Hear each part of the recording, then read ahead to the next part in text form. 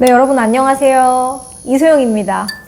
여러분, 저는 유튜브로도 미술을 전달하고 강연 현장에서도 전달하지만 사실은 미술 책을 꾸준히 쓰는 작가잖아요. 근데 제가 지금까지 썼던 책 중에 계약을 하고 가장 오랫동안 못 썼던 책이 나왔습니다. 바로 그림이 나를 자유롭게 할 거야인데요. 이 책은 제가 2020년에 계약을 했어요. 근데 6년간 완성을 못했고 지난주에 이제 책이 출간이 됐는데, 책이 출간이 됐던 시점이 제가 베니스에 2주간 있던 시점하고 맞물려가지고 마지막 책의 교정이나 인쇄 현장도 저는 베니스에서 계속했고, 도착하자마자 이제 이 책이 실물로 집에 와 있었죠. 근데 이제 베니스에 있다 보니까 밀린 강연들이 너무 많아서 제가 이번 주에만 강연이 한 10개 정도 있는 것 같아요. 어제도 오늘도 계속 강의가 있어가지고 이 책을 좀 편하게 유튜브에서 책을 쓰면서 느꼈던 거, 책에 대한 이야기들 편하게 얘기하고 싶었는데, 그제부터 해야지 그런데 뻗고, 어제 해야지 뻗고, 오늘은 뻗지 않으려고 제가 운동을 하고 왔어요. 운동하고 집에서 밥 든든히 먹고, 이거 책 유튜브로 우리 구독자님들한테 소개도 하고 책 선물 이벤트도 하고, 도대체 이 책에 어떤 작가들이 있나 좀 편하게 얘기를 해보자. 그래서 지금 여기 보이시죠? 얼음잔. 저는 집에서 혼자 일을 정말 많이 하거든요. 시간을 어떻게 쓰냐? 이런 질문 저한테 진짜 많이 하세요. DM으로. 비슷한 일 하시는 분들이 많이 여쭤보시는 것 같아요. 왜 그럴까? 강연도 하는데, 회사도 운영하는데, 책을 거의 3년간 꾸준히 내잖아요. 한 2년에 한 번. 또 어떤 경우에는 뭐 책이라는 것이 썼다고 바로 나오는 게 아니라 앞책, 뒤책에 따라 출간일이 조정되기도 해요. 출판계는. 그러다 보니까 1년에 한 번 나오기도 하고 표지가 바뀌기도 하고. 근데 이제 시간 관리 얘기하다가 잠깐 딴 데로 샜는데, 저는 밤 시간을 되게 잘 이용해요. 그러니까 저녁을 먹고 정신을 차리고 다시 출근한다고 생각하고 위층 서재에 가서 다시 책 쓰거나 강의 준비하거나, 하루가 세 타임으로 나뉘잖아요. 오전, 오후, 저녁. 근데 전 이걸 쪼개요. 네 타임으로. 그래서 오전, 오후, 저녁, 밤 이렇게 쪼개서 4번 사이클을 이렇게 만든 다음에, 만약에 오후나 저녁에 강의가 있으면 오전에 완전히 쉬고 에너지를 아끼고 저녁에 에너지를 몰고, 그리고 저 약간 올빼미형이어가지고 제 인스타 보시면 아시겠지만 아침에는 굼뜨고요. 밤에 좀 더 에너지가 나는 스타일. 그래서 아까 전에 오늘 강연이 3번 있었는데 3번 하고 집에 와서 잠깐 15분간 뻗었다가 PT 헬스 가서 저 일주일에 한 4번 정도 운동하거든요. 근육 있죠? PT 갔다가 밥 먹고, 내가 유튜브에서 출간 토크를 맥주에 얼음잔에다가 해야겠다. 오늘 어차피 남편도 늦게 오고, 남편이 있을 때는 왠지 유튜브를 못 찍겠어요. 뭔가 저는 집에서 혼자 있는 게 제일 편하고, 지금 옆에 그림이 있거든요. 가끔은 그림이가 있는 것도 좀 어색해요. 제가 유튜브를 막 찍고 있을 때 그림이가 지나가면 제가 없었으면 내가 좀 잘할 수 있으려나? 제가 인프피다 보니까 아침에 남편이 늦게 나가면 빨리 나가라. 나 혼자 있어야 한다. 그리고 강의와 강의 사이에도 저는 강연 준비해 주시는 분들하고 대화 많이 안 하고 혼자 30분이어도 카페에 가 있어요. 에너지 충전을 혼자 하고 이제 강연을 간답니다. 그래서 오늘 제 유튜브 구독자님들은 그래도 저를 잘 오래 보셨잖아요. 한 8년? 그래서 이 그림이 나를 자유롭게 할 거야 라는 이 책에 대해서 좀 이야기를 해볼까 합니다. 두서없이 좀 주절거렸는데 퇴근 후에 혼자서 출간 북토크를 한다. 제가 이 책에 나오는 작가들이 의외로 살아있는 작가들도 좀 있어요. 그러다 보니까 이 책에 어떤 화가들이 나오는지 한 명씩만 설명을 1분만 해도 20분이 후딱 지나갈 것 같아서 제가 조금 마시면서 편하게 좀 얘기를 해볼까 합니다. 여러분들도 이 영상을 보실 때는 혼자 맥주나 와인을 함께 드시면서 보시는 게 좋을 것 같아요. 이렇게 하니까 조금 진짜 유튜버 같죠?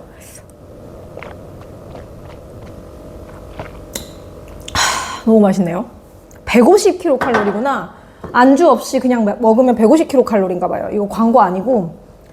저는 술을 좋아하지만 잘은 못 먹어요. 술자리를 즐기는 편입니다. 일단은 그림이 나를 자유롭게 할 거야. 제목 너무 마음에 들어요. 이게 작가가 책을 쓸 때 막판에 가서 제목을 정하거든요. 제가 쓴 책 중에 제목들이 많이 바뀌어요. 제가 처음에 생각한 제목과 마지막에 나오는 제목들이 많이 바뀌어요. 그림은 이로다가 제 첫 책인데 그거는 명화는 위로다였어요. 근데 이제 그림은 이로다로 바뀌었고, 출근길 명화 한 점은 그것도 이제 제 첫 책이어서 첫 회에 같이 나왔는데, 제가 네이버 블로그와 포스트에 연재했던 시리즈였어요. 편하게 일기처럼 좀 명화를 내려놓고 편하게 설명하고 싶어가지고. 출근길 명화 한 점은 원래 제 책 제목이고, 미술에게 말을 걸다? 요거는 원래 미술과 친해지는 5가지 방법이라고 해서 미친다. 저 이렇게 하고 싶었어요. 근데 안 됐고, 칼라르손 오늘도 행복을 그리는 이유는 제목이 너무 긴데 출판사가 제안한 제목이었고, 모지스 할머니 평범한 삶의 행복을 그리다, 이것도 제목이 너무 길죠. 이것도 출판사가 정한 제목이었어요. 그래서 책을 낼 때 작가가 제목과 표지에 대한 권한이 많이 없어요. 그거는 제가 몇 번 말씀드렸는데, 출판사에 마케팅 팀이 있기 때문에 그 마케팅 팀이 상당히 열심히 노력을 해서 만듭니다. 이것은 나홀디피에 관한 이야기? 그거는 제가 생각한 제목이었어요.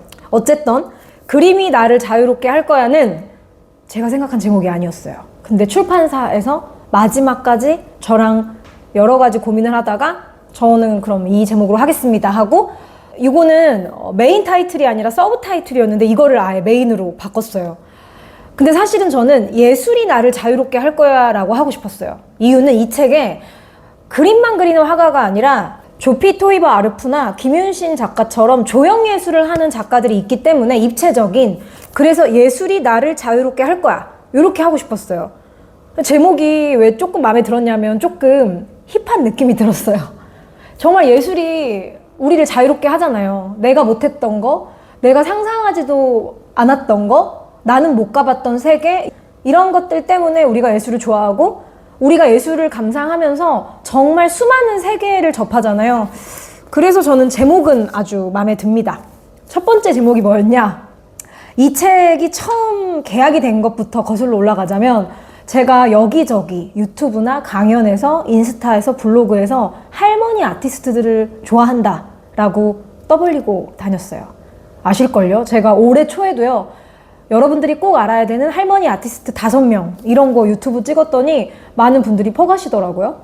이 할머니 아티스트들을 왜 좋아하게 됐냐면, 제가 모지스 할머니에 대한 미국에 75세 때 그림 처음 시작해서 이제 100살까지 꾸준히 그림을 그렸던 이 모지스 할머니 책을 한국에 처음으로 소개를 하면서 인생이 거의 마무리됐다고 생각했던 그 시점에도 창작의 의지가 남아있는 이 멋진 할머니 아티스트들처럼 살고 싶다라고 생각을 했고, 제가 예술을 하지 않아도 예술을 설명하는 일도 저는 예술의 하나라고 생각을 합니다. 그것이 이 책의 서문에도 나와요. 그러다 보니까 유튜브에도 에텔 아드난, 카르멘 헤레라, 김윤신 작가 다 소개를 했었죠. 모두 이 책에 담겨 있어요. 그래서 사실은 이 책의 원래 제목은 나의 할머니 아티스트들에게였어요. 그거를 가제로 잡고 제가 삶에서 영감받고 배움을 얻은 할머니 아티스트들을 소개해야겠다. 그러다 보니까 간과된 여성 작가들이 많이 나오게 됐죠. 사실 글은 한 40명 정도 썼었어요. 할머니 아티스트들을 한 40명 정도 썼는데 그러다 보니까 상당히 유명한 작가도 있고, 또 글의 양이 너무 많아져서 이 책이 막 600페이지, 700페이지까지 가면 대중서로는 좀 힘들지 않나 싶어서 현재 이 책은 두꺼운 편이에요. 400페이지가 넘고요. 할머니 아티스트들만 있는 건 아니고 할머니가 되지 못한 채 세상을 떠난 프리다 칼로 같은 유명한 작가도 있고요. 할머니의 기준이 뭔진 모르겠지만 할머니의 기준이 나이라면 좀 비교적 이른 나이에 돌아가신 여성 작가도 있지만, 카르멘 헤레라처럼 100살이 돼서야 세상에 알려진 진짜 할머니 아티스트들도 있습니다. 그래서 제가 이 책에 있는 내용을 다 알려드리면 양이 너무 많고요. 목차와 서문을 보면서 어떤 할머니 작가들이 있는지를 소개할게요. 이 중에 보시고 들어보시고 아, 이소영 뭐래? 이소영 책 홍보하는 거야? 맞습니다. 책 홍보를 작가가 열심히 해야죠. 한번 쓱 들어보시고 나 이 작가 좀 궁금한데? 그러면 꼭 책을 사서 읽어보시면 좋을 것 같아요. 일단 이 책에는요 20명의 여성 할머니 작가들이 있습니다. 세상을 떠난 분도 있고요. 아직 살아계신 분도 있어요. 이 책에는 여러분들이 상당히 궁금해하는 현대미술 작가들, 그러니까 지금도 살아서 활동을 하는 작가들이 누가 있냐? 김윤신 작가님 있고요. 캐서린 아놀트가 있고요. 또 세상을 떠났지만 얼마 전에 떠나서 많은 분들이 좀 그리워하는 에테라드난, 카르멘 헤레라, 베라 몰라르 같은 작가도 있습니다. 근데 이 작가들이 실제로 제가 컬렉팅을 한 분들도 있고 뭐 에테라드난 작품도 있고 김윤신 작가 작품도 있고 저 카르멘 헤레라 작품도 있거든요. 그리고 지금 타데우스 로팍에서 전시 중인 조한 스나이더라는 작가도 소개되어 있습니다. 동시대 여성 작가들이 궁금한 분들도 이 책을 읽으시면 좋고 미술사 속 작가들도 궁금한데 그러면은 그런 작가들도 있습니다. 그렇다면 일단 순서대로 한 작가당 1분씩 제가 이 책에 누가 나오는지 얘기를 해볼게요. 1부에는 자기 자신의 내면에 귀 기울인 작가들을 많이 넣었어요. 첫 번째는 김윤신 작가가 나오고요. 김윤신 작가님은요, 이 책을 쓸 때 너무 감사하게도 손글씨로 다 교정을 봐주셨어요. 제가 먼저 원고를 다 쓰고 김윤신 조형예술연구소와 리만 머핀 갤러리에게 여쭤보고 김윤신 작가님이 직접 이렇게 테이블에 앉아가지고 연필로 이렇게 하나하나 조금 혹시 오류가 없는지 확인을 다 해주셨어요. 제 글을 다 읽으신 후에 검토를 해주셨고 도판도 다 리만 머핀에서 제공을 해주셨기 때문에 김윤신 작가님에 대해서 궁금하다 그러면 물론 앙그라픽스에서 김윤신 작가의 평전이 나옵니다. 그것도 읽으시고요. 한 꼭지 제 책도 읽으시면 좋습니다. 김윤신 작가님이 손글씨로 이렇게 교정해준 거 저 코팅해서 가지고 있을 거예요. 두 번째는 나혜석입니다. 나혜석 작가는 제가 미술사 대학원 다니면서 나혜석 작가의 그 신문에 실린 판화, 사파를 보고 너무 영감을 받아가지고 그 당시 대학원생일 때 막 소논문도 부족하지만 썼었고 이 나혜석이라는 아티스트가 당연히 수필도 잘 쓰고 조선에서 최초로 서양화로 전시를 한 여성 작가잖아요. 조선에서 최초로 세계여행, 유럽 여행을 간 여성이거든요. 사실은 이 한 꼭지에 담기에는 너무 아쉬운 큰 인물인데 그래도 꼭 소개하고 싶었어요. 그래서 소개를 했고 에그니스 펠턴이라고 사막에 살면서 이 사막의 빛을 담았던 미국의 여성 화가가 있어요. 보이지 않는 영성의 힘을 믿고 보이지 않는 마음의 심상을 쫓으면서 혼자 조용히 사막에서 작업했던 이 에그니스 펠턴은 제가 원래 좋아했지만 실제로 최근 동시대 여성 작가들이 이 작가를 좋아한다라고 인터뷰 때 많이 얘기도 했고 또 제가 LA에 2023년에 갔을 때 라크마에서 이 에그니스 펠턴과 친구들 그 당시 교류했던 화가들의 전시가 있었는데 그때 이 작가에 대해 완전히 매료돼가지고 이 꼭지를 한 꼭지를 썼죠. 그러니까 이 책은 제가 최근 한 15년간 세계 여러 곳곳을 누비면서 새롭게 알게 된 여성 작가들부터 사랑에 빠져서 삶에서 끙끙대던 작가들까지 다 들어가 있습니다. 그 다음에 힐마 아프 클린트. 힐마 아프 클린트는 하루 한 장 인생 그림에서도 소개를 했고요. 작년에 부산에서 부산 현대미술관에서 전시를 했기 때문에 그때도 유튜브 찍었는데 편집을 못했어요. 그러니까 제가 지금 데미안 허스트도 결국엔 편집 못하고 전시가 끝나요. 1시간을 찍었는데 편집자가 없다 보니까 끝나고 나서도 올릴까? 요즘엔 그런 생각이 있어요. 어쨌든 힐마 아프 클린트는 최초로 추상화를 그린 화가다 라고 저도 이야기를 하지만 또 어떤 학자들은 본인이 이걸 추상화라고 생각하지 않았기 때문에 추상화가 아니다라고 생각하시는 분들도 있어요. 그리고 또 힐마 아프 클린트가 신지학을 믿었기 때문에 본인의 동료들과 함께 작업을 하거든요. 그러다 보니까 혼자만의 작품도 있고 같이 그린 작품도 있어요. 근데 어쨌건 칸딘스키나 몬드리안보다 먼저 추상 작업을 했고 또 본인이 이 작품들을 숨겼잖아요. 죽고 나서도 열지 말아라 조카한테 알렸고 그러고 나서 뒤늦게 이제 세상에 알려져서 영화도 있고 제가 이 작가는 2019년 겨울인가? 2019년일 거예요. 18년인가? 그때 마이애미 바젤 끝나고 뉴욕 구겐하임에서 이 작가 전시할 때 마이애미에서 바로 한국으로 돌아올 수 있는데 보고 가야겠다 싶어가지고 뉴욕 구겐하임에 전시를 갔었죠. 근데 그때 구겐하임이 이 힐마프 클린트의 전시가 정말 사람들이 많았거든요. 그래서 소개를 했고 1분씩 설명하기로 했는데 길어지는 것 같습니다. 그 다음 베라 몰라르. 베라 몰라르는 제 가족 중에 고준한 컬렉터라고 되게 인터뷰도 많이 하고 이 친구도 컬렉팅을 상당히 테마 있게 하는데 제 친척 동생이 사실 이 작가를 너무 좋아해서 여러 점을 소장을 했어요. 제가 건축가 안용대 선생님 집에 갔을 때도 베라 몰라르 작품이 있었어요. 베라 몰라르는 아무도 컴퓨터를 잘 몰랐던 시절에 컴퓨터로 작업을 했던 여성 작가예요. 이 컴퓨터가 가진 배열, 수학적인 능력과 인간의 감성을 섞어서 작업을 했기 때문에 AI가 도래한 이 시대에 상당히 중요한 여성 예술가입니다. 제가 이 책을 쓰면서 세상을 떠난 작가들이 몇몇 있어요. 에테나드난도 세상을 떠났고 카르멘 헤레라도 세상을 떠났고 베라 몰라르도 세상을 떠났어요. 그래서 그 작가들이 살아있을 때 이 책을 썼는데 계속 세상을 떠나시더라고요. 쓰면서도 내가 더 늦기 전에 이제 10년이 되기 전에 이 책을 완성해야겠다 생각을 했죠. 조한 스나이더. 조한 스나이더는 제가 메트로폴리탄에서 이제 폴락부터 헤레라까지 추상 전시를 하는데 그때 카르멘 헤레라 때문에 그 전시에 갔지만 조한 스나이더의 대형 작품을 보고 제가 상당히 충격을 받았거든요. 이 작가 뭐지? 왜 이렇게 작업이 좋지? 왜 내가 몰랐지? 근데 공부를 할수록, 탐구를 할수록 조한 스나이더는 미국의 미술사뿐만이 아니라 세계적인 미술사에서 여성 추상 작가로 너무 중요한 작가예요. 실제로 우리가 페미니스트 여성 작가들 하면 주디 시카고나 린다 뱅글리스 많이 떠올리시는데 조한 스나이더 역시 도대체 진짜 건강한 페미니즘은 뭘까? 이런 고민을 아주 오랜 시간 했던 작가고요. 배우자도 여성분이세요. 1940년생이고 아직 살아 계신데 조한 스나이더 같은 경우에는 제가 조한 스나이더에게 이메일도 보낼 수 있게 타데우스 오팍에서 도와주셨고 실제로 조한 스나이더가 제 글을 읽고 너무 감동받고 너무 좋다고 자꾸 통화를 하자고 하는 거예요. 근데 제가 통화까지 할 정도는 영어가 유창하지 않아서 이메일로 긴 편지를 쓰면서 여러 번 왔다 갔다 했습니다. 조한 스나이더에 대한 글은 제가 그냥 편지를 썼어요.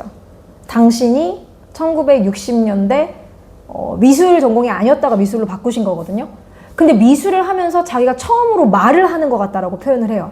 내가 드디어 말을 하게 됐다. 그래서 조한 스나이더의 작품이 시리즈가 다 달라요. 초창기 시리즈, 그다음에 그리드 시리즈, 스트로크 시리즈. 근데 이 작가의 작품은 사실은 시기별로도 다 매력적이지만 제가 상당히 좋아하는 시리즈는 꽃잎이나 지푸라기 같은 것들을 화면에 잔뜩 붙이는 시리즈가 있어요. 그 시리즈가 되게 상흔을 추상화한 것 같아서 좋아해요. 피를 막 흘리는 것 같으면서도 아름다운 폭죽 같기도 하고. 그래서 조한 스나이더라는 작가에게 제가 편지를 쓰는 형식으로 이 꼭지를 완성을 했어요. 한 꼭지 한 꼭지가 좀 깁니다. 그리고 조한 스나이더 역시 혹시나 오류가 있는지 다 검토를 해줬고요. 제가 이번에 책을 쓰면서 조금 재밌었던 건 재단이나 작가들, 갤러리들과 함께 아주 작은 부분까지도 재확인하면서 진짜 이 시대에 이랬구나, 요런 게 있었네 하면서 조금 더 재밌게 책 작업을 한 것 같아요. 오래 걸리긴 했지만. 그 다음 말로모스는 제가 스위스 바젤에 가서 이 작가를 알게 됐어요. 그랬는데 이 작가가 훗날 테이트에서도 전시를 했는데 정말 몬드리안하고 비슷한데 다릅니다. 몬드리안이 쓰지 않는 밧줄 같은 것도 작품에 쓰고요. 실제로 이 작가는 여성으로 태어났지만 머리를 짧게 자르고 남성적 자아도 있었어요. 그래서 네티라는 분을 만나서 평생을 동반자로 살면서 그 시대에는 정말 새로운 인간상으로서 다양한 도전을 했죠. 그래서 많은 분들이 말로모스를 보고 몬드리안 작품 아니야? 라고 오해를 하시는데 그 오해를 풀기 위해서 한 꼭지 썼습니다. 저는 몬드리안이 아닙니다. 라는 제목으로 썼고요.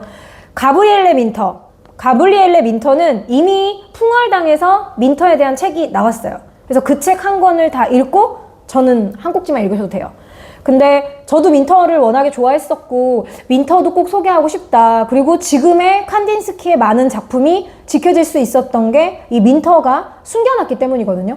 근데 사실은 칸딘스키가 남자로서 민터에게 약속을 많이 지키지 않았어요. 결혼을 하겠다는 약속도 지키지 않았고, 그래서 충분히 저 같으면은 분노에 차 있고 상처받았을 법한데 당연히 상처받았겠죠.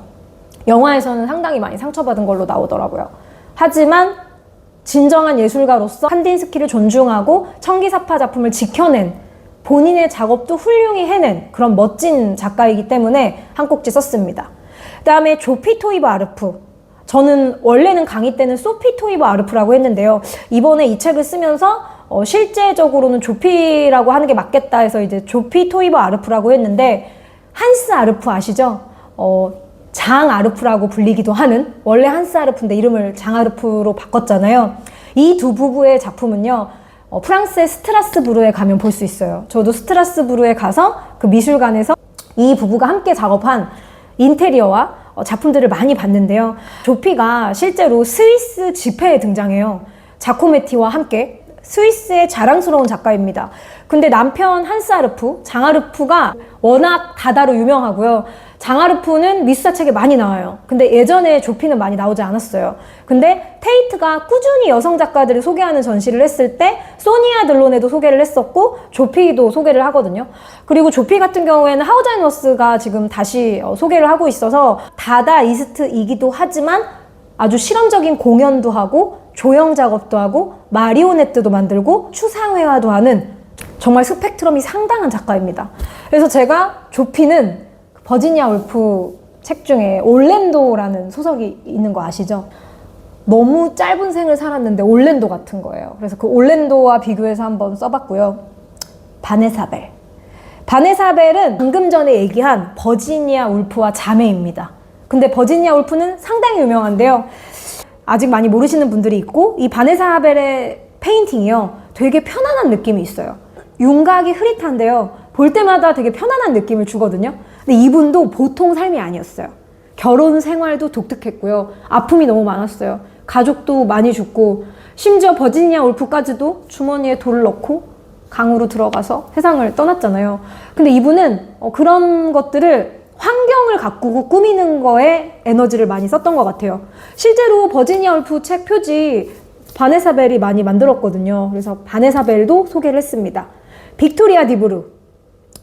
빅토리아 디브르는 누구냐면 인상주의에서 가장 예쁜 꽃병을 그리는 앙리 팡텍 라투르라는 화가가 있어요.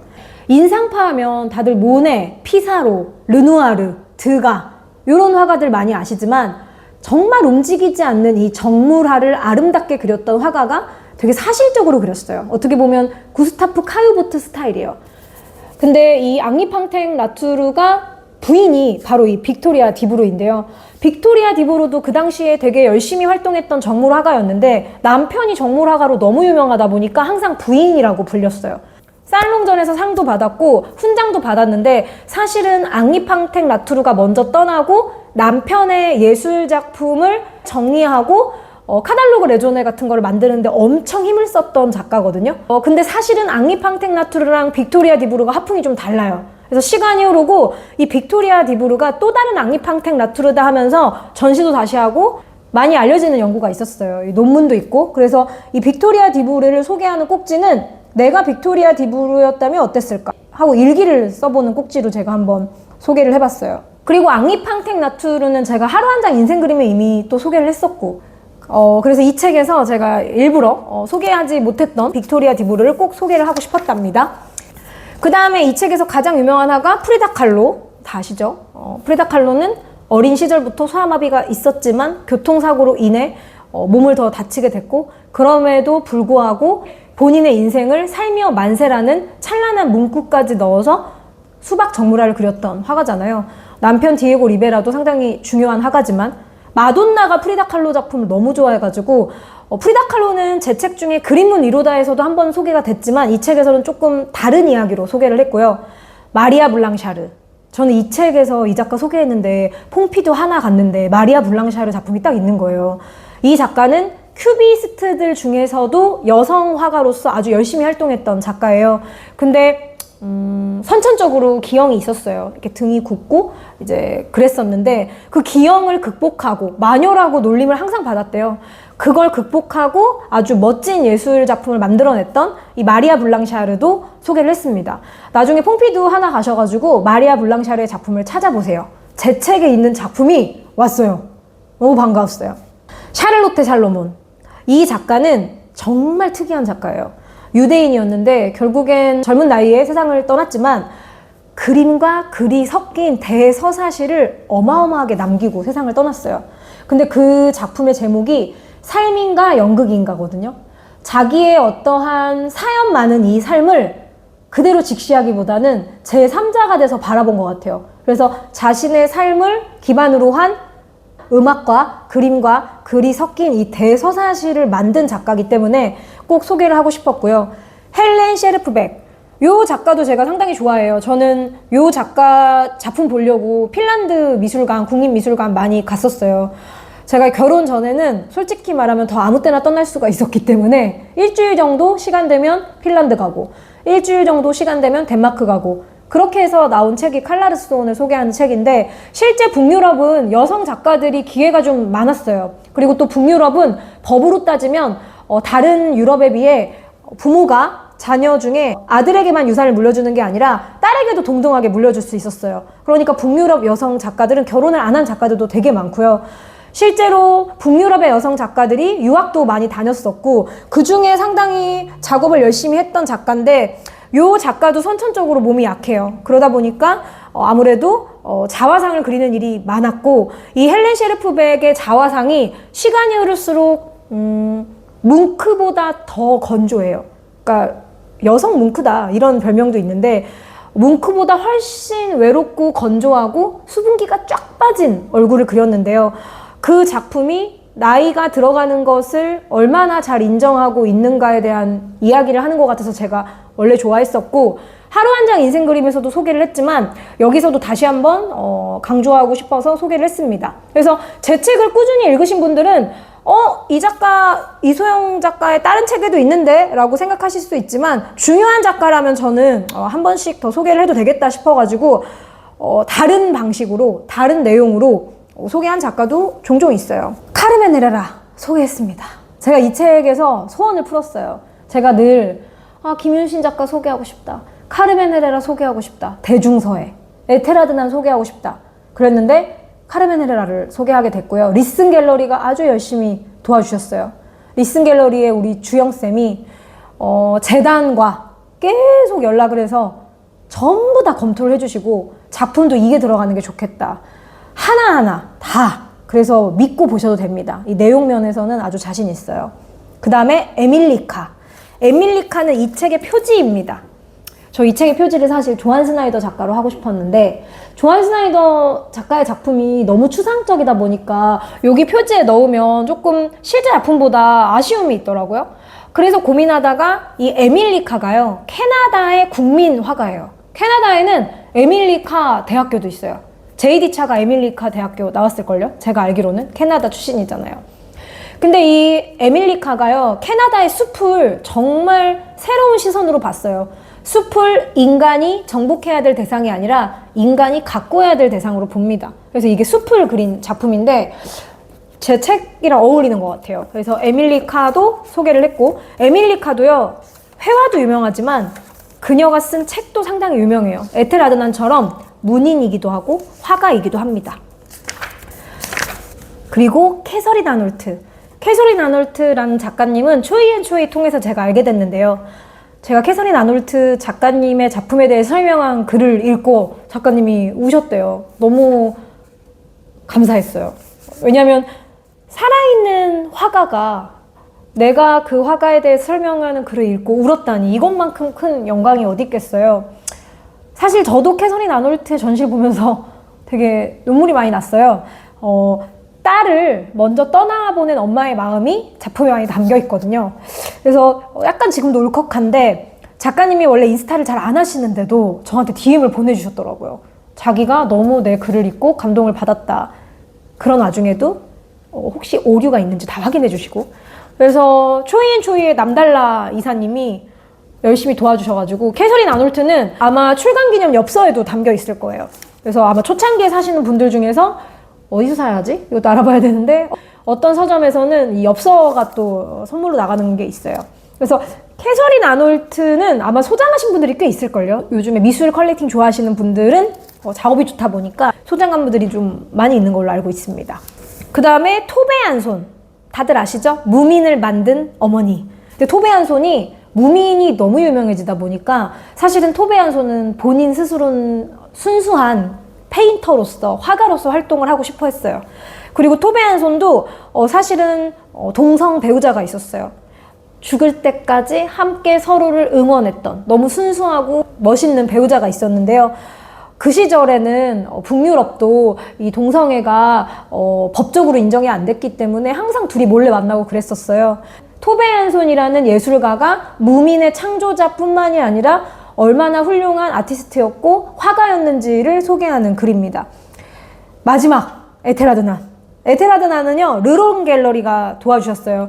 르롱 갤러리의 담당자가 에테라드난의 배우자가 또 시몬 파탈이라는 작가잖아요. 그래서 에테라드난은 세상을 떠났지만 제가 에테라드난에 대한 글 쓴 걸 다 영문으로 번역을 해서 제출을 했고 다 검토를 해주셔서 가장 마지막까지 연락이 오고 가면서 완료가 된 원고예요. 그래서 이 책은 아직 한국 대중서에 소개하지 않은 카르멘 헤레라나 에테라드난이라던가 조한 스나이더 같은 미술 시장에서 컬렉터들이 좋아하는 작가들도 있고 그런 작가들에 대한 내용 검토까지 갤러리와 함께 했기 때문에 더욱 중요합니다.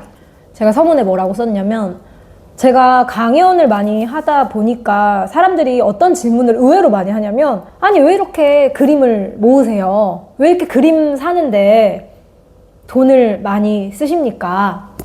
본인이 그리면 되잖아요. 이런 말을 진짜 많이 하세요. 당연히 저도 그리면 될까요? 그러니까 미대에 나온 사람들에게 왜 이론을 하냐? 그리고 또 컬렉터들에게는 미대 나왔으면 왜 그림을 사냐? 본인이 직접 그리지. 근데 이 영상을 보시는 분들은 제 마음을 좀 알려나? 내가 그린 그림을 내가 갖고 있는 것과 내가 정말 존경하는 예술가들의 그림을 소장하는 거랑은 좀 다른 문제 같아요. 당연히 저도 그림을 그리면 그리겠죠. 근데 저는 사실 미대를 나왔지만 미술 이론이 더 재밌고 저희 교육기관도 실기를 많이 해요. 어린이들은 무조건 하고 어른들 교육도 실기를 하는데요. 저는 미술을 감상하는 것도 예술을 창작하는 과정하고 맞물린다고 생각해요. 특히나 우리나라 같은 경우에는 창조자와 감상자를 너무 분리하는데요. 감상자도 감상을 하는 과정이 상당히 창의적일 수 있습니다. 그래서 저는 이 서문에다가도 뭐라고 썼냐면요. 그리는 것만이 창조는 아니다. 한 점의 작품 앞에서 발이 묶이는 것. 누군가의 손끝이 남긴 자국을 따라 내 안을 다시 들여다보는 것. 그렇게 만난 작품 하나로 어제와 다른 오늘을 살아내는 것. 나는 이 모두를 창조라고 부른다. 감상은 그저 받아들이는 일에 그치지 않는다. 보는 사람은 작품 앞에서 질문을 만들고 기억을 꺼내고 자기 삶의 언어로 그것을 다시 번역한다. 매일 미술 작품을 보며 나는 무엇인가를 만들어내고 있다. 그것은 캔버스 위에 남는 붓질도 돌과 흙과 천이에 남는 손의 흔적도 아니지만 보이지 않아도 늘 존재하는 내 삶이라는 표면 위에 분명히 남는 자국이다. 이렇게 표현을 했어요. 그래서 이 영상을 보는 분들이 나는 창조는 아니지만 감상하는 게 너무 즐거운 사람이야. 그러면 제 책을 꼭 읽으시면 좋겠어요. 여성 작가들만 모으는 일이 과연 의미가 있을까? 여성들을 위한 미술사 책이 대중서로도 많이 나왔고 싸우는 여성들의 미술사 김선지 선생님 그 다음에 그들도 있었다. 미술사 공부하시는 선배님들이 모여서 만든 책 그 다음에 이유리 선생님 책도 여성 작가들 소개하는 책이 있고요. 꽤 많아요. 제가 이렇게 올려드릴게요. 근데 내가 여성 작가들을 소개하는 책이 어떤 의미가 있을까 했는데 저는 이 안에 제가 소장한 작품도 솔직하게 알려드렸고 제가 그 작가의 전시를 직접 보고 와서 어떤 생각에 사로잡혀서 삶이 변했는지 그런 것들을 많이 고백을 해서 이소영만의 시선이 담긴 할머니 작가들을 소개하는 책? 이렇게 생각하시면 좋을 것 같습니다. 저는 죽을 때까지 좋은 미술책을 많이 만들고 싶은 생각이 있어요. 그래서 지금도 어린이를 위한 미술책들도 쓰고 있고 미술을 알리는 일, 강연, 그 다음에 교육기관 운영 저희 회사는 기업과 기관들하고 정말 많은 미술 교육을 하잖아요. 현장에서 느꼈던 많은 부분들을 책으로도 전달을 하고 싶어서 꾸준히 밤마다 글을 쓰고 있는데요. 사실은 작가가 글을 열심히 쓰는 것이 이 책이 한 권 팔린다고 제가 엄청 부자가 되는 건 절대 아니에요. 다들 아시겠지만. 근데도 제가 이렇게 책을 쓰는 이유는 영상으로 또는 전시회로 전달하지 못하는 내용들이 분명히 책으로 전달되기 때문입니다. 그래서 이 영상을 보는 많은 분들이 한국이 문화예술을 사랑하는 분들이 늘어나고 있고 좋은 전시가 많아지고 있지만 미술책을 만드는 편집자나 기획자들은 여전히 미술책 시장이 작다라고 많이 느끼거든요. 그리고 비슷한 미술책이 많이 나와서 좀 필요하다라는 말들도 종종 하세요. 근데 사실은 좋은 미술책을 만들려고 열심히 노력하는 작가나 편집자나 출판사들이 많이 있기 때문에 이 미술책이 사실은 컬러가 너무 많죠, 여러분. 이런 미술 책값이 자기계발 책값하고도 비슷합니다. 전혀 비싼 게 아니기 때문에 저는 여러분들이 미술책을 많이 사시고 또 내가 몰랐던 예술가들을 알아가는 그런 재미를 많이 느끼셨으면 좋겠어요. 그래서 오늘은 대대적으로 북토크를 할 수 없으니 퇴근하고 강의 마치고 맥주와 함께 제 책을 소개하는 북토크를 자진해서 열어봤습니다. 그러면 여러분들 이벤트가 있어야겠죠? 댓글에 제가 소개한 20명의 할머니 화가들 중에 누가 제일 궁금한지를 써주시면 몇 명을 뽑을까요? 저도 출판사가 저한테 선물한 책이 좀 있어가지고 나눠드리려고 하는 거예요. 작가가 책이 나오면 처음에만 책을 좀 10권 정도? 15권 정도? 출판사가 주고요. 나머지는 작가도 다 돈 주고 삽니다. 근데 여기 눈앞에 있는 거 할까요? 8권? 요 8권을 우리 유튜브 구독자님들이 평상시에는 활동 잘 안 하시지만 이벤트 하면 또 댓글 많이 다시잖아요. 의미 있게 달아주신 분들 8명 뽑아서 제가 직접 사인을 해서 보내드리겠습니다. 그럼 오늘은 여기까지.